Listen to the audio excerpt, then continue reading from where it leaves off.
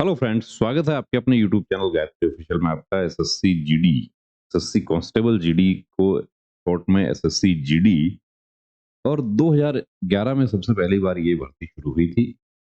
उससे पहले सभी फोर्सेस जो है वो अपना अपना भर्ती करती थी। तो एसएससी जीडी देखिए, रेलवे के बाद, ग्रुप डी रेलवे के बाद सबसे बड़ी भर्ती है हमारे देश में। और जैसे ही कोई नोटिफिकेशन आता है, बहुत सारी उम्मीदें जाग जाती हैं। अब सबसे पहले देखिए, हमें ये जानना जरूरी है कि एसएससी जीडी में काम क्या होता है। एसएससी कांस्टेबल जीडी, तो जो हमारी central armed police forces, Assam rifle और एसएसएफ भी इसमें शामिल है। सबसे पहले तो इस वीडियो में आपको बताएंगे कि हमारी कौन कौन सी फोर्सेस हैं जिनकी भर्ती इसके माध्यम से होती है। और पैरा वाइज सारा नोटिफिकेशन जो है उसके वीडियोस आपको हमारे चैनल पर देखने को मिलेंगे। तो चैनल को सब्सक्राइब आप लोग कर लीजिए। अब देखिए, सबसे पहले तो आपको बता दें कि हमारी फोर्सेज जो है उनका काम क्या है। एसएसएफ यदि आप ऑप्ट करते हैं, आपको ऑप्ट तो आपको एसएसएफ ही करना है। उसके लिए हम अलग से आपके लिए वीडियो बना रहे हैं। एसएसएफ सेक्रेटरीट सिक्योरिटी फोर्स, जो दिल्ली में ही सेक्रेटरीट का सिक्योरिटी जो है उसका काम है। उनका यूनिफॉर्म, उनका भी वही दिल्ली पुलिस की तरह खाकी यूनिफॉर्म है उनका। और ड्यूटी हमेशा दिल्ली में ही रहती है, कहीं दूसरी जगह उनकी पोस्टिंग नहीं होती। हाँ, सेंट्रल डेपुटेशन वो लोग भी जा सकते हैं, तो वो बात दूसरी है, लेकिन काम उनका दिल्ली में ही है। शिफ्ट में ड्यूटी होती है। फोर्सेस का यदि देखा जाए स्ट्रक्चर, तो पुलिस से भी आसान उसका जॉब है कि आपकी शिफ्ट खत्म हो गई, उसके बाद आप चले गए। और बहुत सारे हमारे कैंडिडेट्स एसएसएफ ज्वाइन करते हैं, उसके बाद दिल्ली में रह के वो अपनी तैयारी करते हैं। यूपी पुलिस में सब इंस्पेक्टर हो गए, राजस्थान पुलिस में हो गए, अपना कोई सीजीएल में हो गए। ऐसा होता रहता है अक्सर। उसके बाद जो फोर्सेस हैं उसकी हम बात करते हैं यहाँ पे कि कौन कौन सा फोर्सेस इसमें शामिल है। कल थोड़ा सा देखिए मेरे से स्लिप हो गया था टंग, कि मैंने सबसे ज्यादा वैकेंसी सीआरपीएफ की बता दी थी, जबकि सबसे ज्यादा वैकेंसी सीआईएसएफ की। और ये जो 26,146 है, इसमें आपको एक बात और बता दें कि ये बढ़ेगी वैकेंसी, क्योंकि अभी इसमें वो वैकेंसी शामिल नहीं हुई है जो 2021 वाले कैंडिडेट्स ज्वाइन नहीं किए थे और उनकी वजह से जो खाली हो। 21 वाले, 22 वाले नहीं, 22 वाले तो अभी तक उनका दावा बना हुआ है 6 महीने। और यही वजह है कि हमारी फोर्सेज में 75,000 वैकेंसीज पीछे जानकारी आई थी कि खाली है, और सारी मिलाते हैं तो वो लगभग 1 लाख से ऊपर हो जाती है। उसका रीजन क्या है? रीजन उसका ये है कि अभी रोज हमारे पास मैसेज आते हैं कि मैं बीएसएफ ज्वाइन किया है, मैं वापस छोड़ना चाहता हूँ, मैं यहाँ पर सेट नहीं हो पा रहा हूँ, मैं एसएसबी ज्वाइन किया है, मैं असम राइफल ज्वाइन किया है, मैं दिल्ली में प्राइवेट जॉब करता था, मेरा तो वही अच्छा था, उसमें मुझे 25,000 मिल रहा था। तो देखिए, पहली बात तो ये है कि आप यदि चाहते हैं कि मैं जॉब करूं, तो ये जॉब नहीं, यूनिफॉर्म जॉब नहीं है, वर्दी नौकरी नहीं है, वर्दी इबादत है, वर्दी एक जुनून है, वर्दी जीने का तरीका है। कि वर्दी पहन लिया तो बहुत सारी स्वतंत्रताएं जो हमारी है, और जो इसको कहते हैं कि सिविल लाइफ में जो एंजॉय करते हैं लोग, वो चीजें वर्दी के साथ खत्म हो जाती हैं। तो जॉब नहीं समझना है दोस्तों, क्योंकि आप जॉब समझ के जा रहे हैं और उसके बाद आप या तो ज्वाइन नहीं करते हैं या आप छोड़ देते हैं। उससे ना केवल आप अपने देश का नुकसान कर रहे हैं, अपनी फोर्सेस का नुकसान कर रहे हैं, और एक उस कैंडिडेट का भी नुकसान कर रहे हैं जिसको जरूरत, और उसका जज्बा भी। जज्बा तो देखिए, मैंने बहुत सारे लोगों का पिघलते हुए देखा है कि प्राइवेट जॉब अच्छा है, मैं सूरत में हीरे का काम करता हूँ, हीरे के जो गद्दी है उस पे, और असम राइफल में कैंडिडेट सेलेक्ट हो गया, उसके बाद वहाँ 1 महीना भी नहीं निकाल पाए और वहाँ से छोड़ के वापस अपना सूरत का हीरे का काम शुरू कर दिया। क्योंकि जॉइन करने के बाद क्या होता है कि हम लोग तुलना करना शुरू करते हैं। तो सबसे पहली चीज़ तो देखिए, वो लोग ही अप्लाई करें जो कोर्सेज़ के बारे में जानते हों। आपके आस-पास कोई रहता है, उसके उससे पूछिए, वो उस कोर्स के बारे में बेहतर बता सकते हैं। हम भी कोशिश करेंगे हर कोर्स की आपको जानकारी देने की। सबसे पहले तो कांस्टेबल, तो आप कांस्टेबल वो है जो देखिए हमारी फोर्सेस का एक बड़ा हिस्सा फॉर्म करते हैं। कांस्टेबल के बाद हेड कांस्टेबल के बाद असिस्टेंट सब इंस्पेक्टर, उसके बाद सब इंस्पेक्टर, फिर इंस्पेक्टर, फिर assistant commandant, deputy commandant, second in command या कमांडेंट कहें सीआईएसएफ में, और बाकी फोर्सेस में कमांडेंट और सीआईएसएफ में सीनियर कमांडेंट, उसके बाद फिर डीआईजी, आईजी, एडिशनल डीजी और डीजी महानिदेशक। ये रैंक स्ट्रक्चर है हमारी फोर्सेस का। तो कांस्टेबल यानी कि डीजी जो जहां पद सोपान में जो कहें कि पिरामिड में सबसे ऊपर है, वहीं कांस्टेबल हमारा सबसे नीचे है। कांस्टेबल के बिना किसी भी फोर्स की कल्पना नहीं की जा सकती। काम क्या होता है, तो काम देखिए थोड़ा सा इन ब्रीफ आपको। बीएसएफ की यदि हम बात करें तो बीएसएफ का जॉब रोल है हमारी भारत पाकिस्तान सीमा और भारत बांग्लादेश सीमाओं की सुरक्षा का।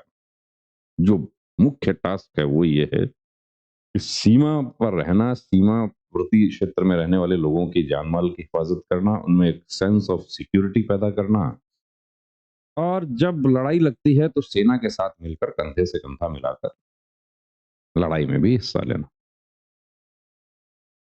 ड्यूटी कैसी होती है, तो ड्यूटी चाहे ईस्टर्न बॉर्डर है, वेस्टर्न बॉर्डर है, सभी पर शिफ्ट में ड्यूटी होती है। 6 घंटे की एक शिफ्ट होती है। अब आप सीमा चौकी में रहते हैं, सीमा चौकी से मुश्किल से 2-3 किलोमीटर की दूरी पर बॉर्डर है जहां पर मचान बने हुए हैं, और उस मचान में आप ड्यूटी करते हैं। आपका एक इलाका बांटा हुआ है, एक हद बांटी हुई है आपकी, कि उसमें निकलने वाले दुश्मन को मार गिराना और बर्बाद करना। गर्ल्स जानना चाहती हैं कि क्या गर्ल्स को भी सीमा पर ड्यूटी देते हैं? बिल्कुल सीमा पर ड्यूटी देते हैं। गर्ल्स भी नाइट ड्यूटी भी करती हैं, और सीमा जो है वो कभी जिस जिस तरीके से हमारा हृदय जो है वो कभी विश्राम नहीं करता, वैसे हमारी सरहदों पर कभी विश्राम नहीं होता। हाँ, रोटेशन होता है, छुट्टी आपको मिलती है। छुट्टी 2 महीने की आपकी ईएल, 15 दिन की सीएल, जो टोटल मिला के लगभग 80-85 दिन हो जाती है, और जो तेज तरार होते हैं वो तो उसको 90 दिन भी कर लेते हैं। और माननीय गृह मंत्री जी ने पहले एक स्टेटमेंट भी दिया था कि हम सीएपीएफ के कैंडिडेट्स को हम 100 दिन की छुट्टी की व्यवस्था करेंगे। वो अभी तक नहीं लागू हो पाया है। सीआईएसएफ, हाँ, उससे पहले देखिए जो 6 घंटे की शिफ्ट है तो वो एक जवान को 2 शिफ्ट करनी होती है। कैंप गार्ड है तो वो 3 घंटे का होता है या 2 घंटे का होता है, उससे ज्यादा नहीं होता।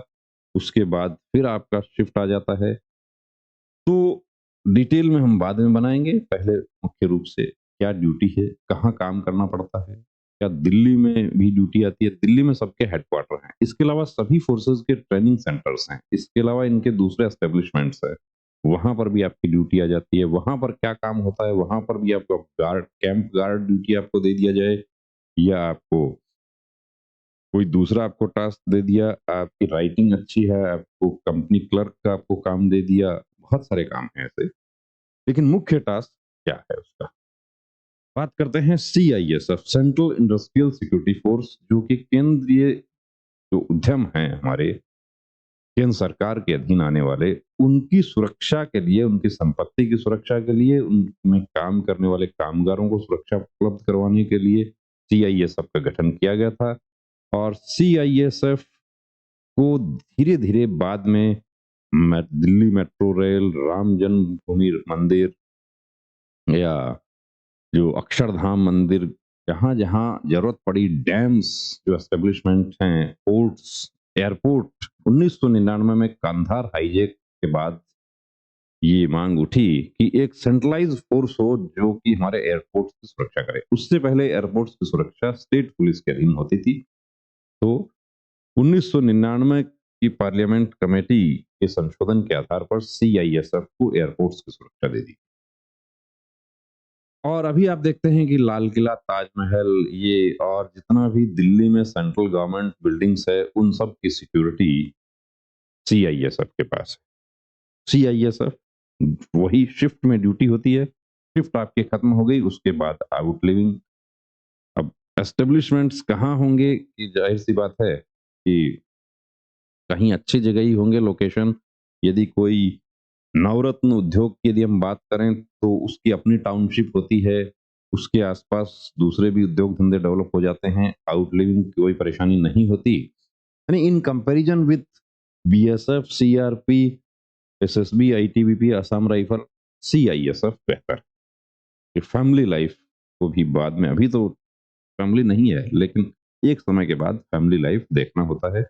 तो आप बाहर रूम लेकर आप रह सकते हैं, आप अपनी ड्यूटी आप टाइम से कीजिए, उसके बाद शिफ्ट हो गई, आउटलिविंग परमिशन हो जाती। सीआरपीएफ क्राउन रिप्रेजेंटेटिव पुलिस 1939 में गठन हुआ था। उसके बाद आजादी के बाद इसका नाम कर दिया गया central reserve police force. Reserve का मतलब क्या है कि जहां कानून व्यवस्था स्टेट पुलिस के हाथ से निकल जाए, वहां स्टेट पुलिस की मदद करने के लिए सीआरपीएफ को बुला लिया जाता है। सीआरपीएफ का ही एक हिस्सा है आरएएफ, जो दंगा नियंत्रण बल। उनका काम ही ये है कि लाठी परेड। और सीआरपीएफ हमारी जो है, वो सीआरपीएफ के लोग जो है वो पहले सीआरपीएफ को कहते थे कि चलते रहो प्यारे, और बाद में जब फोर्स बना दिया तो उसके साथ में एक और जुड़ गया कि फोकट में। तो फोकट में तो नहीं है, देखिए जहां भी आप काम करते हैं, जहां जाते हैं, उसके अलाउंसेस होते हैं। ड्यूटी कोई फिक्स नहीं है। आज आप राजस्थान में कर रहे हैं तो हो सकता है कि 2 दिन बाद एयरफोर्स का या बीएसएफ का जो प्लेन है वो आपको गुवाहाटी पहुंचा दे। ड्यूटी डिपेंड करता है कि कैसी सिचुएशन है उसके अकॉर्डिंग, यानी मूवमेंट जो है वो ज्यादा है उसमें दूसरी फोर्सेस को देख। एसएसबी स्पेशल सिक्योरिटीज ब्यूरो प्रधानमंत्री कार्यालय के अधीन आता था। 2004 में इसका नाम बदलकर सशस्त्र सीमा बल कर दिया। पहले इनका काम मुख्य रूप से इंटेलिजेंस गैदर करने का होता था। वह एक तरह से सिविल जॉब होता था।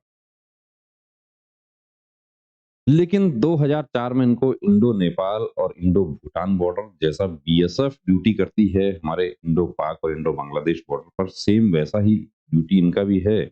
लेकिन एसएसबी जहां डिप्लॉय है वो हमारे मित्र देश हैं, और बीएसएफ जहां डिप्लॉय है वो हमारे बहुत अच्छे मित्र देश हैं। तो दोनों की ड्यूटी में, जॉब रोल में ये फर्क है।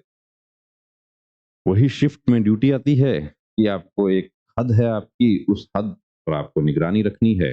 उस इधर से उधर से कोई आता जाता है, क्योंकि दोनों ही ओपन बॉर्डर हैं, आता जाता है तो उससे पूछताछ करना और ये सब काम, यानी कि बीएसएफ की तुलना में काफी सहूलियत वाला काम। डिप्लॉयमेंट अब ज्यादा यूपी में, उत्तराखंड में, जहां जहां नेपाल का बॉर्डर शेयर होता है, बिहार में, वहां इनका डिप्लॉयमेंट ज्यादा है। तो जो हमारे यूपी बिहार के बॉर्डर एरिया के लोग हैं वो ज्यादा प्रेफर करते हैं इसको, कि बीएसएफ और सीआरपीएफ की तुलना में वो एसएसबी, वो वरीयता के लिए हम आपके लिए वीडियो अलग से बना रहे हैं। ITBP Indo Tibetan border police, China के साथ में जो हमारा बॉर्डर शेयर होता है उसको सुरक्षा करने का काम है। ये हिमवीर हैं ये लोग, यानी कि बर्फ में रहने का, बर्फ में फाइट करने का, स्नो वारफेयर, ये सब के लिए पर्वतारोही बहुत अच्छे होते हैं ये लोग। क्योंकि चाइना के साथ जो बॉर्डर शेयर होता है वो तो पूरा हिमालयाज में। अब ड्यूटी जो है वो इन लोगों का बीएसएफ की तरह शिफ्ट नहीं है इनकी, इनके कश्ती पार्टियां जाती हैं या निगरानी चौकियां बनी हुई हैं उनमें, लेकिन वही ओवरऑल स्टैंडिंग ड्यूटी है। तो 2 घंटे 3 घंटे का शिफ्ट रहता है, उसके बाद ड्यूटी चेंज होती रहती है। असम राइफल पूर्वोत्तर का प्रहरी है जो अभी सुरक्षा करता है हमारी। पूर्वोत्तर में जो इंसर्जेंसी इफेक्टेड एरिया है उसमें इनकी ड्यूटी है पुलिस प्रशासन के साथ में, यानी कि उसको लॉ एंड ऑर्डर मेंटेन करना। इसके अलावा म्यांमार बॉर्डर जो है उसको प्रोटेक्ट करना। लेकिन म्यांमार बॉर्डर पर क्या है कि चौकियां जो है वो बहुत अंदर बनी हुई, तो बीएसएफ की तरह इनकी ड्यूटी नहीं होती। इनकी मुख्य रूप से पेट्रोलिंग, एम्बुश, ये सब जो ड्यूटी ज्यादा होती है। और डिप्लॉयमेंट भी सारा उधर ही होता है, हेडक्वार्टर भी इनका शिलोंग में। और एसएसएफ की हम बात कर चुके हैं कि एसएसएफ दिल्ली में ही रहना है। तो पोस्ट प्रेफरेंस के लिए हम आपके लिए अलग से वीडियो बना रहे हैं। अब 26,146 नहीं देखना, आपको भर्ती होने के लिए आपको एक पोस्ट चाहिए, चलिए एक आपका बहुत अच्छा दोस्त है, एक उसके लिए चाहिए, तो बस एक पर ही फ़ोकस करें और ज़्यादा से ज़्यादा दूसरी अब से ज़्यादा बढ़ेगी या नहीं बढ़ेगी, स्टेट वाइज़ कब आएगी, बहुत सारे प्रश्न, रात से बहुत सारे मैसेजेज़ आ रहे हैं, उनको कोशिश करते हैं रिप्लाई करने की। लेकिन आपको एक बात बता दूँ कि आपको सिर्फ़ एक पोस्ट चाहिए और दूसरी बात, जॉब नहीं है, वर्दी जो है वो, उसको यदि आप जॉब समझेंगे तो देखिए आपको मज़ा नहीं आएगा और 2 दिन में आपका मन करेगा कि मैं यहाँ से चला जाऊँ, जैसे अभी 2022 वाले जो हैं उनका मन कर रहा है। 2022 वालों का तो ये भी मन कर रहा है कि मुझे बीएसएफ मिला है, मैं अब दोबारा से तैयारी करके सीआईएसएफ में वैकेंसी ज़्यादा है, मैं सीआईएसएफ में चला जाऊँगा या मैं दिल्ली पुलिस में चला जाऊँगा। कंपैरिज़न नहीं करना है, पहले से ही जान लीजिए उसको, क्योंकि छोड़ने पर आप नुकसान कर रहे हैं। तो वो काम नहीं करना। जो खाली है 1 लाख पद, वो इसीलिए खाली है वो, और जितने खाली होते हैं उनको एक साथ नहीं भरा जा सकता। आईएएस, आईपीएस के भी पद खाली हैं देश में, तो ऐसा नहीं है कि एक ही नोटिफ़िकेशन में उनको सबको भर दिया जाए। तो बने रहिए दोस्तों चैनल के साथ और सेकंड पार्ट का इंतज़ार कीजिए। जल्द ही आपके साथ फिर मिलेंगे। जय हिंद। नमस्ते डॉक्टर साहब, मुझे अपने बेटे का आर्मी भर्ती के लिए मेडिकल चेकअप करवाना है। नमस्ते श्रीमान जी। आर्मी, एयरफोर्स, नेवी या कोई भी फोर्स का मेडिकल चेकअप गाइडलाइन के अनुसार होता है, जिसमें सभी मेडिकल पॉइंट्स की जानकारी दी होती है। सिविलियन डॉक्टर को उन सब की जानकारी नहीं होती है। आप कंप्लीट मेडिकल चेकअप के लिए Gayatri pre medical centre Sikar Rajasthan से संपर्क करें तो बेहतर होगा। क्या वहाँ फीमेल कैंडिडेट का भी चेकअप होता है? जी बिल्कुल, वहाँ eye specialist, ENT specialist, general physician, physiotherapist, gynaecologist और जनरल सर्जन सभी आपको एक जगह मिल जाते हैं। और इन सभी के साथ अमित सर को 20 साल से डिफेंस लाइन का एक्सपीरियंस भी है, जिसका फायदा लेकर हजारों candidates army, navy, air force, BSF, CRPF, CISF, SSB, state police की वर्दी पहनकर देश सेवा में जुड़े हुए हैं। थैंक यू डॉक्टर साहब, अब तो मैं वही जाती हूँ और अपनी बेटी का भी एसएससी-जीडी का चेकअप वहीं से ही कराती हूँ। बहुत बहुत शुक्रिया आपका इस जानकारी के लिए। एक बात और, वहाँ आपको बहुत रीजनेबल फीस में ये सुविधा मिल जाएगी। आप 9982877443 पर कॉल करके अपॉइंटमेंट ले सकते हैं। जब भी जाते हो अपॉइंटमेंट लेकर जाना। जय हिंद।